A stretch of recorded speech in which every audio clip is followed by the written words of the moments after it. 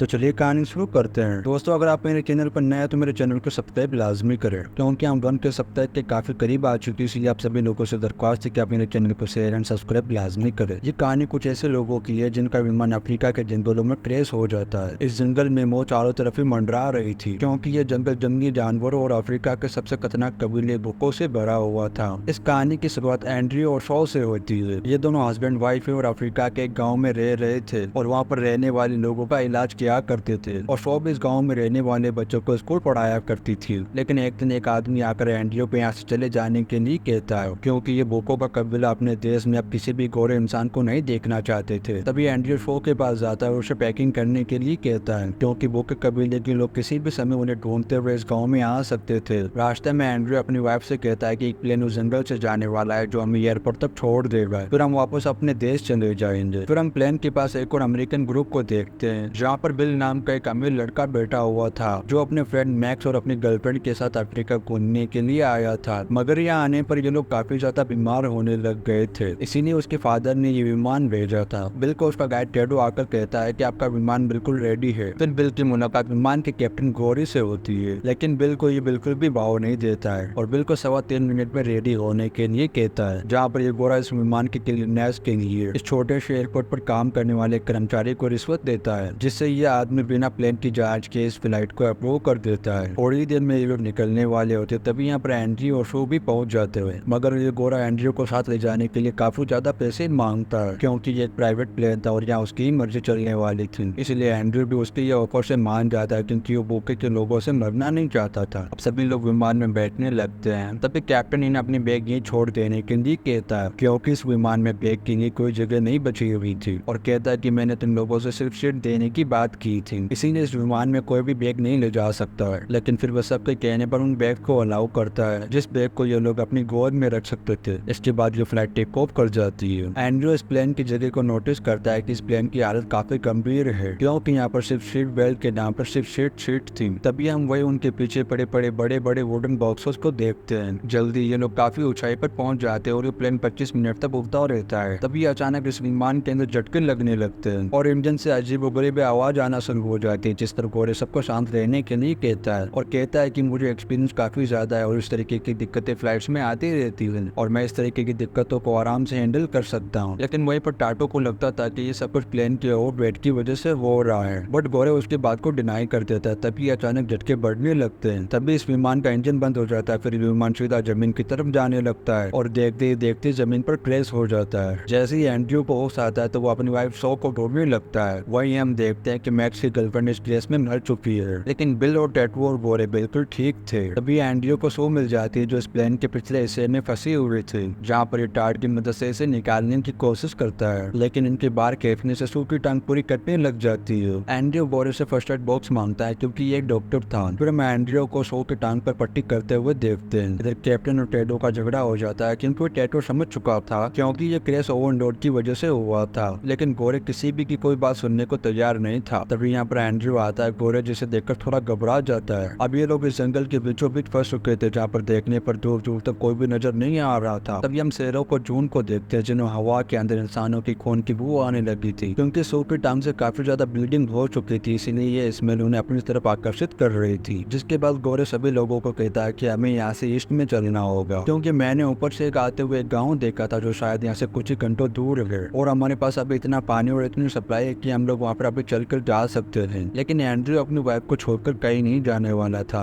इसलिए एंड्रयू यहाँ पर रुकने के लिए कहता है। गोरे उसे समझाते हुए कहता है कि जगह आदम को खूंखार जानवरों से भरे हुए है। हम लोग अभी तक इसलिए सुरक्षित है क्योंकि अभी धूप और गर्मी है, लेकिन जैसे रात होगी तो वो जानवर हम लोगों के ऊपर हमला करने के लिए यहाँ पर आ जाएंगे, क्योंकि अब तक उन्हें हमारी सुगंध आ चुकी होगी। लेकिन फिर भी एंड्रयू शो के बिना कहीं जाने को तैयार नहीं था, इसलिए वो टाटो को ये जिम्मेदारी सौंपता है कि जब वो उस गाँव में पहुंच जाए तो रात होने से पहले तुम मदद लेकर यहाँ पर वापस आओगे। जिसके बाद मैक्स, गोरी, टेडो और विल यहाँ से निकल जाते हैं। गोरे के पास एक गन भी थी, जहाँ पर टेडो वो गन एंड्रयू को दे देने के लिए कहता है, मगर गोरे इतना सेल्फिश था कि उसे अपने अलावा किसी और की भी बिल्कुल परवाह नहीं थी। जिन लोग कई मीलों तक पैदल चलते, लेकिन अभी भी इनकी मंजिल कहीं दूर दूर तक नजर नहीं आ रही थी। जहाँ बिन यहाँ पर अब काफी ज्यादा थक चुका था और साथ ही मैक्स को भी यहाँ पर कुछ ठीक नहीं लग रहा था, और वो इन सबसे कहता है कि हम लोग गलत रास्ते जा रहे हैं, क्योंकि मैंने भी वो गाँव देखा था, उस हिसाब से हमें वेस्ट में जाना चाहिए। लेकिन गोरे को पूरा यकीन था कि वो बिल्कुल बिल्कुल सही जा रहा है, इसीलिए गोरे इन सबको आगे बढ़ने के लिए कहता है। वह दूसरी ओर एंड्रयू मदद का इंतजार कर रहा था, क्योंकि उन लोगों को गए हुए काफी घंटे बीत चुके थे। इधर जो लोग चलते चलते एक रेगिस्तान में पहुंच चुके थे। एंड्रयू विमान के पिछले हिस्से से अपना बैग निकालने की कोशिश कर रहा था, लेकिन तभी यहाँ रखा हुआ एक वुडन बॉक्स टूट जाता है, जहाँ एंड्रयू को पता चलता है कि गोरे इस विमान में राइनो की ओर स्मगल कर रहा था, जो कि पूरा का पूरा इलीगल था। इधर प्यास और गर्मी के कारण विल की हालत काफी गंभीर हो चुकी थी और वो अब इससे आगे बिल्कुल भी नहीं चल सकता था। तभी गोरे कहता है कि हम सभी को थोड़ी और हिम्मत करनी होगी, क्योंकि लगभग हमारी मंजिल अब 25 मिनट और दूर है। लेकिन बिल को काफी ज्यादा प्यास लगी थी, वो टेडो से उसका पानी मांगता है। तभी गोरे उसे अपनी बोतल देता है, जो पानी से पूरी की पूरी भरी हुई थी। गोरे टेडो से कहता है कि मैं किसी की मदद नहीं कर रहा, बल्कि यहीं पर थोड़ी आगे एक नदी आने वाली है, इसलिए मैं विल को पानी दे रहा हूँ। अब ये लोग फिर से चलना शुरू करते और काफी बड़े रेत के एक टीले तक पहुंच जाते हैं। लेकिन इन लोगों की हिम्मत यहाँ पर अब जवाब दे देती है, क्योंकि जिस जगह पर नदी या गाँव होना चाहिए था, वहाँ पर एक वीरान रेगिस्तान था, जहाँ पर कई मील दूर तक रेती रेत नजर आ रही थी। ये देखते ही गोरे के पाँव तले जमीन तपने लग गई। लेकिन गोरे अभी भी अपनी गलती मानने को तैयार नहीं था, क्योंकि गोरे को अभी भी लगता था कि उन्होंने कोई गलत टर्न नहीं लिया है। गोरे की इस बात से मैक का माथा सड़क जाता है और वो उसकी गन छीन लेता है और उसे माँ बहन की गालियां देने लगता है और कहता है कि मैंने पहले ही कहा था कि हम लोग गलत जा रहे हैं, लेकिन तुमने मेरी बात नहीं सुनी और अब तुम रास्ता बदलने को कह रहे हो, और हमने रास्ता बदला तो खुद खुशी होगी, इसीलिए मैं तो तुम्हारी कोई भी बात नहीं सुनूंगा। लेकिन गोरे को कोई फर्क नहीं पड़ता था कि मैक्स क्या कह रहा था। गोरे को लग रहा था जो बिल्कुल सही कर रहा है। तभी गोरे सबसे कहता है कि अगर जो कोई भी अपनी जान बचाना चाहता है तो वो मेरे साथ आ जाए, और ये कहकर वो आगे बढ़ने लगता है, जिस पर विल और टेडो उसके साथ आगे चलने लगते हैं, क्योंकि इन लोगों के पास कोई दूसरा ऑप्शन नहीं बचा था और मैक्स भी अपने रास्ते निकल जाता है। वही दूसरी ओर उनकी मदद का इंतजार करते हुए यहाँ पर सो जाता है। लेकिन तभी उसे किसी जानवर की आवाज आने लगती है। उस पर वो आसपास देखने लगता है कि यहाँ पर कोई तो था जो धीरे धीरे इनके करीब आ रहा था। कुछ ही देर में गोरे, टाडो और बिल विमान की तरफ वापस आ जाते हैं। तभी यहाँ पर गोरे देखता है कि एंडी और शो गायब है और साथ ही हर तरफ खून के निशान नजर आ रहे थे। फिर गोरे शेर की पंजों के निशान देखकर सारा माजरा समझ जाता है और उन लोगों की बॉडी ढूंढने के लिए आगे निकल जाता है। तभी अचानक एंडी उस पर हमला कर इसका गला दबाने की कोशिश करता है, क्योंकि यहाँ पर एक शेर ने हमला किया था जिसने शो को जान से मार डाला। एंड्रियो सबका कसूरवार गोरे को समझता था। साथ ही एंड्रियो को इतना गुस्सा आ रहा था कि वो गोरे को जान से मारने वाला था, लेकिन तभी टेडो फ्लेयर चलाकर उसे रोक देता है, जिसके बाद टेडो एंड्रियो को शांत करने लगता है। तभी शाम भी होने लग गई थी और साथ ही खतरा काफी बढ़ता जा रहा था, क्योंकि वो शेर इन पर फिर से हमला करने जरूर आने वाले थे। तभी गोरे टेडो से कहता है कि विमान के कॉर्पोरेट एरिया में 2 लोगों की जगह है और उसे दरवाजा लगाकर बंद किया जा सकता है, लेकिन अगर हम लोग कोशिश कर ले तो 3 लोगों से ज्यादा वहाँ पर जगह नहीं होगी। मतलब आज की रात यहाँ पर खुले एरिया में किसी को गुजारनी होगी। तो ये दोनों इस बारे में बात करने के लिए एंड्रयू के पास जाते हैं। अब गोरे तो इस विमान का पायलट था और वो अफ्रीका में टेडो के बिना किसी भी गाँव में नहीं जा सकता था, इसीलिए इन्हें एंड्रयू और विल में से किसी एक को चुनना था। तभी ये लोग टॉस करते हैं, जिसमें विल हार जाता है, मतलब कि उसे आज की रात यहाँ पर खुले में गुजारनी होगी। अब यहाँ पर काफी शाम हो चुकी थी और गोरे भी विल को कुछ लकड़ियां ला कर देता है और वो विल से कहता है कि तुम्हें हर हाल में शाम को जलाकर रखनी होगी, क्योंकि अगर आंख बुझ गई तो तुम पर जंगली जानवर झपट पड़ेंगे। फिर ये तीनों कैबिन में जाकर खुद को लॉक कर लेते हैं। जैसे ही रात होती है यहाँ जंगल में हर तरफ सन्नाटा छा जाता है। तभी हम मैक्स को देखते हैं, जो अभी भी इस जंगल में भटक रहा था, क्योंकि गोरे की तरफ उसे भी वापस आने का रास्ता नहीं पता था। मैक्स चारों ओर से जानवरों की आठ आने लगी थी और घबराए हुआ मैक्स अपनी गन की सारी गोलियां चला देता है। उसकी गोलियों की आवाज इन लोगों तक भी पहुंच पा रही थी। जैसे बिल आवाज सुनता है तो आंख को तेज करने लगता है, मगर थोड़ी देर में विल की भी आंख लग जाती है, जहाँ उसकी तरफ कोई जानवर बढ़ने लगता है। तभी गोरे हल्का होने के लिए केबिन से बाहर आता है और विल को भी नींद से उठाकर अपनी आंख खुली रखने के लिए कहता है, लेकिन इसी दौरान एक जहरीला सांप इनकी केबिन के अंदर घुस जाता है। गोरे जैसे ही केबिन में वापस आता है, लेकिन वो लोग उसे लॉक करके सो जाते हैं, बट इनमें से कोई भी इस सांप को नहीं देख पा रही थी। वहीं विल भी फिर से सो जाता है और इस बार आंख भी बुझ जाती है। तभी हम इस घने अंधेरे के अंदर शेरों की चमकती हुई आंखों को देखते हैं, जो अब विल की तरफ ही आ रहे थे। कुछ ही देर में विल की दर्द भरी चीखें सबको सुनाई देती, क्योंकि विल के ऊपर हमला हो चुका था।